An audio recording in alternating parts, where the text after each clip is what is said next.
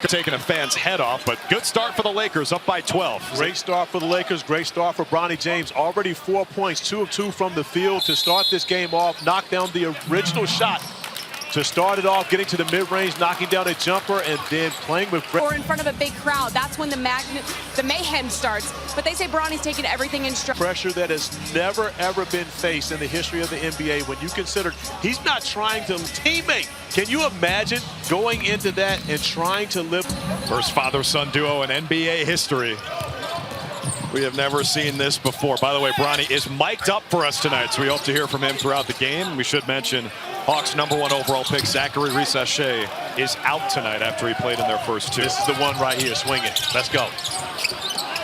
On the dribble handoff with Sean East. Bronny's got a tough assignment here. Keaton Wallace. He defends a lot like his younger brother, Kaysen.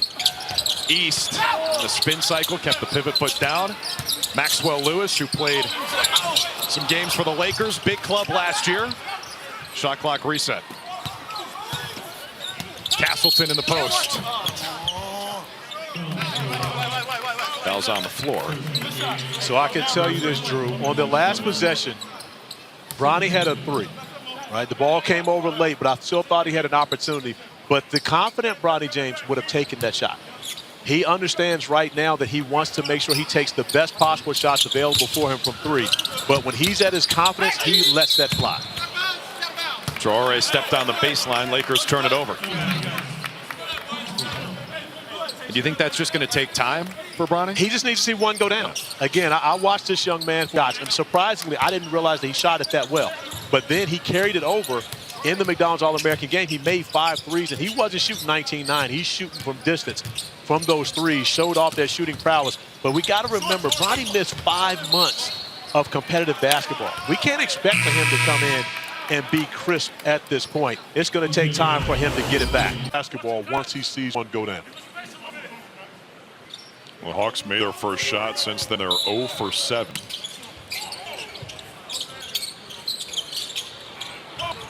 Baseline out of bounds here. Mohamed Gay in the corner. Here's Jordan Bowden. Bunch of guys seeing their first action this summer with some injuries. The Hawks. Gay knocks it down for 3. Gay absolutely has the ability, which makes him so dangerous at his size, and a rim protector that can also step out, knock it down for 3. An offensive foul against Castleton. Last year, their highest since Klay Thompson in 2011.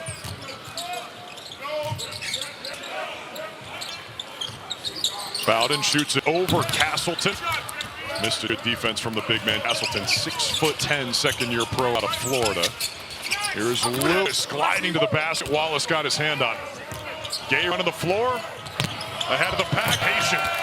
The punch. A great job by the Hawks answering. It was all Lakers early, but now a 5-0 run for the Hawks, finding themselves right back in this game.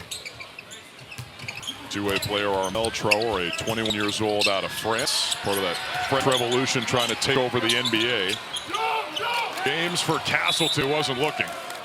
He was looking, but he didn't get his glove in the dirt. That's the problem. You got to go run the Hawks. E.J. Liddell is in the game for the Hawks. Former Ohio State Buckeye. 22 points off the bench against San Antonio in their last game. 32 in white. Sets the screen for Wallace. Out to the corner. Miles Norris hits the 3. Fresh off the bench. 8-0 run for Atlanta. And oftentimes this is when you see the reserves coming in and now getting their opportunity and changing the game immediately. Floated up for Castleton. Lefty finish there. Nice find by East, anticipating that Castleton was going to roll. Wasn't quite on the move until he made the pass. Kicked by Wallace. Extra feed. Norris tries another. Hits another. Heating up in a hurry. Miles Norris checks in and knocks down 2. And Norris is thinking, hey, we wouldn't even be down if I started this game the way I'm shooting it early.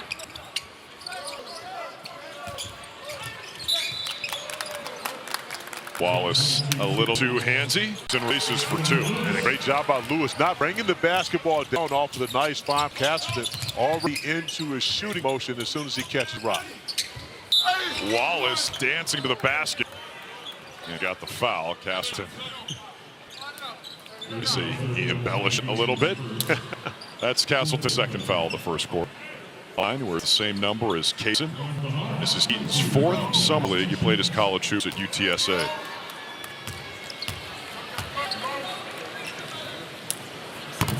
If Summer League action continues tomorrow in Las Vegas on NBA TV, yes, Howard versus Juwan Howard. Yes, it is. You got Clippers, Jazz, and then Thursday here on ESPN, Wizards and Kings. See if Alex Sarr can bounce back. Had struggled for Alex Sarr, the number 2 pick last time out. 0 for 15. Is that the 0 for 15 stat line from the field? Had opportunity to watch Alex Sarr practice a couple days in Washington, and again, tremendous talent, with potential. This is my guy right here, though. Jarkel Joyner. He gets the motor going, coming off the bench. Look at that, all the way into the rim, attacking the paint. That should have been a shot from Norris, who's already knocked down 2. It starts the ball movement. Ended up with a 3 that wouldn't go for Bauman. Offensive rebound by Norris, who's been very active since he chipped in. Take away, though, and here comes Lewis. Norris almost picked his pocket.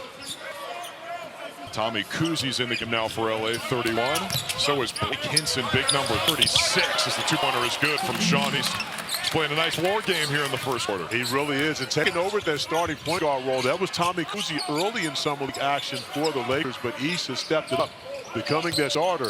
He's got going here tonight. Oh, a block by Lewis. He is rangy and athletic. Wallace couldn't get it away. Oh, waited too long. Kuzi finds Diarra for 2. Maybe not.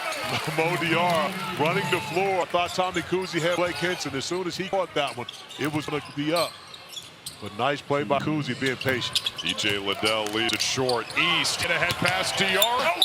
Got fouled by Liddell, and he will head to the line again. Sean East continues to distribute. Send a step up. You see him on the back, or you see him on a roll. So easy, I can get over here. Ronnie James wearing the microphone for us tonight. His dad's got maybe the best basketball IQ of any player we've ever seen, so it makes sense to hear Bronny talk out there. Well, and again, he's going to be vocal. That's one thing you love about him. He's vocal. He's going to be a leader. And that's a lot to ask for a guy that's 19 years old, to be able to come in and play under the pressure that he's playing. But I love the fact that he's wearing the microphone here tonight and showing off a little bit of that. The guy that's never been afraid to step away from a challenge. There's your man, Jarkel Joyner, former NC State guard. Missed the jump out. Here's Kuzi. But you see who he's playing against. Another NC State player who went to a Final Four in Mo Diarra. Good call. Part of that good team from this past year. There's Kuzi and Joyner the rebound. It just feels wrong to have a Kuzi on the Lakers, doesn't it? Well, that's, that's the way the Lakers and the Celtics do it. There was a lot of talk. Moses Wood finds the mark. There was a lot of talk that the Celtics, I believe they had picked 54. That's correct. They were going to actually take Bronny James so that the Lakers could. That was a huge buzz around the draft as to whether or not they would do that. I know my guy Cedric Corporate Maxwell would have loved it had they done it. Yeah, if Max had been making that call, you already know it would have been Bronny at 54. Ended up taking Anton Watson out of Gonzaga as Liddell draws foul. Brad Stevens too nice of a guy to do that. Well, I tell you what, my guy Rich Ball would have had a fit had they done it. Also, he would have gone to Europe. I don't know that Bronny would have ever shown up in Boston. There's the coach of the Lake calling the NBA Finals. I believe he was always destined to be on the sideline, however. Opportunity he couldn't pass up. No, absolutely was not. For the record, I know everybody knows JJ, but JJ is also Virginia. He's from Roanoke, Virginia. So VA got smart, by the way, in case you were definitely an opportunity he cannot pass up. We'll try to lead the Lakers to a better finish than last year when they finished 8th in the West, won a play-in game, but got gentlemen swept by Nuggets as Kuzi hits it off the heel, rebound by Jordan Bowden. 2 for 1 for Kuzi there, but still took a little too much time, so won't be much if they are able to get it back.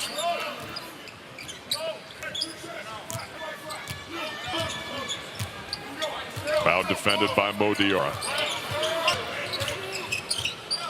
Now Hinson switches on. He's got all the ACC guys playing defense. Bowden gets fouled by Hinson. That's another one on Blake in the last couple of minutes. And that's a mistake you don't want to make. Fouling a three-point shooter, that was a tough shot. Blake did a great job defensively, staying in front, contesting, but just closing out a little too much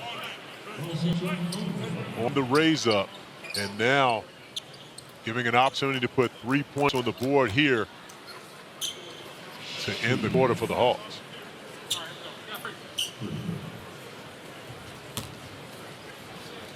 Bowden at 27 years old, looking for his first NBA experience. Played his college ball at Tennessee.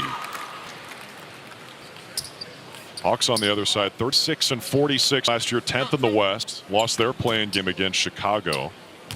Making some moves this year, trading DeJounte Murray away, getting a couple of first-round picks. They bring in Larry Nance Jr., Dyson Daniels, and E.J. Liddell, who we see out here in the summer. Yeah, E.J. Liddell coming over in the trade from New Orleans. And then, of course, drafting Reece Shea at number 1. Yeah, I think that. I was wondering if you would have mentioned that. Just waiting to see him on TV. 3 seconds for Boozy. Float game comes up a little bit short, and the Hawks only trail by 1.